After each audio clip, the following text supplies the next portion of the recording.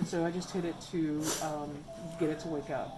And it's got the big button, so it's got this the stop ventilator. I can hit it and nothing bad happens. I have to be intentional about it, so I have to hold it for 3 seconds. All right, but I'm not going to do that right now.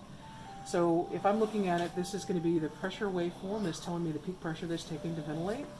And this is going to be things like my monitoring screens. If I hit it, it's going to give me my graphics. If I hit the next button for setup, it's going to tell me what my settings are. Make changes. Well, so here's the thing. In order to make a change, I have to enter the clinical menu. And what's nice about this ventilator is there's no secret handshake. It's up here in the upper left-hand corner. You press and hold it forever. And it will say, okay, do you want to do this for 20 minutes or unlimited? So we're just going to do 20 minutes. So then that way, you just basically unlock the screen for 20. Yeah, okay, gotcha. No, it's unlocking the clinical menu. Okay. So the screen lock is over here. It's something completely different. All right. So it says, okay, the screen is locked. Do you want to unlock it? Yes, I do. All right. But right now, I'm still able to make changes. So when I go to the clinical menu, I can see that my volume modes are my modes are volume, assist control, volume SIMV, or I can do pressure modes, pressure AC, pressure SIMV, pressure support, or CPAP. So we have her in assist control. All right, and so our tata volume, basically making changes, is selecting the parameter, making the change, and then touching it back, or hitting accept, or apply. All right, so any of these items, you can make changes. What I liked about this ventilator is the flow trigger goes down to half a liter, whereas on the Trilogy, it's a liter is the lowest it will go. And the other thing about this ventilator is that it's a dual limb. Yeah, so it's a dual limb circuit. So it's not like she's having to. So exhalation is going to be easier for her because it's a dual limb, and it's measuring the volume back here at the ventilator.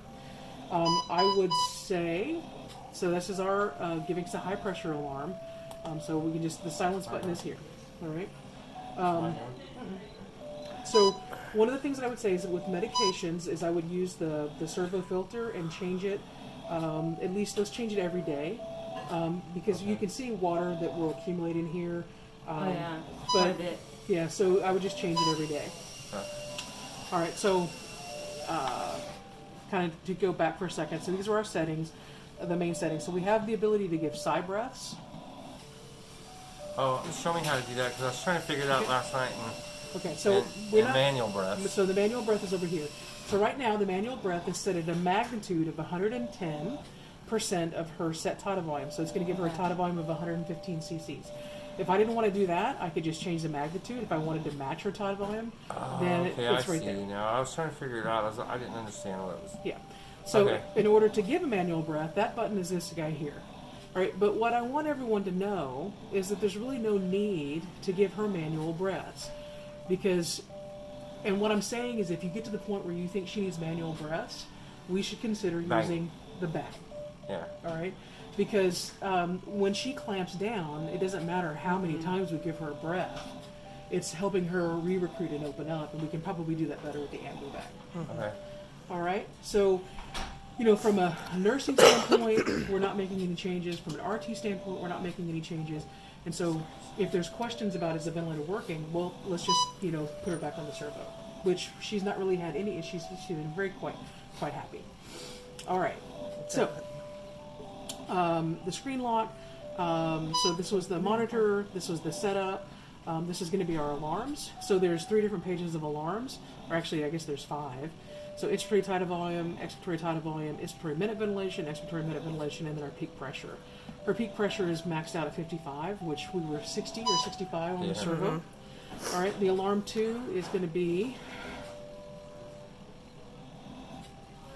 low PEEP, respiratory rate, ventilation stop. Alarm 3 is going to be our FiO2 alarm. So basically, from an FiO2 standpoint, just like the other ventilators we would use, it's bled into the back of the device. This ventilator seems to accumulate oxygen better, so she gets a higher concentration at lower flows. So she's anywhere from 3, but we've gone to 5 liters a minute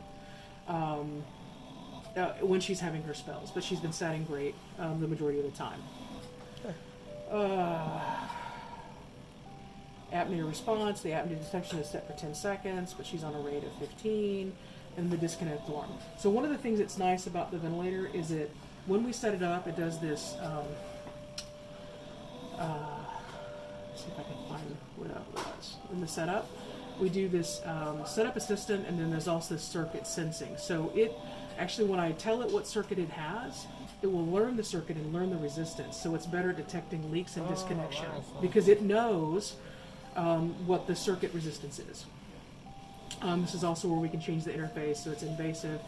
And this is where we could change if we wanted pressure trigger over flow trigger, which we're not going to want to do that in this instance.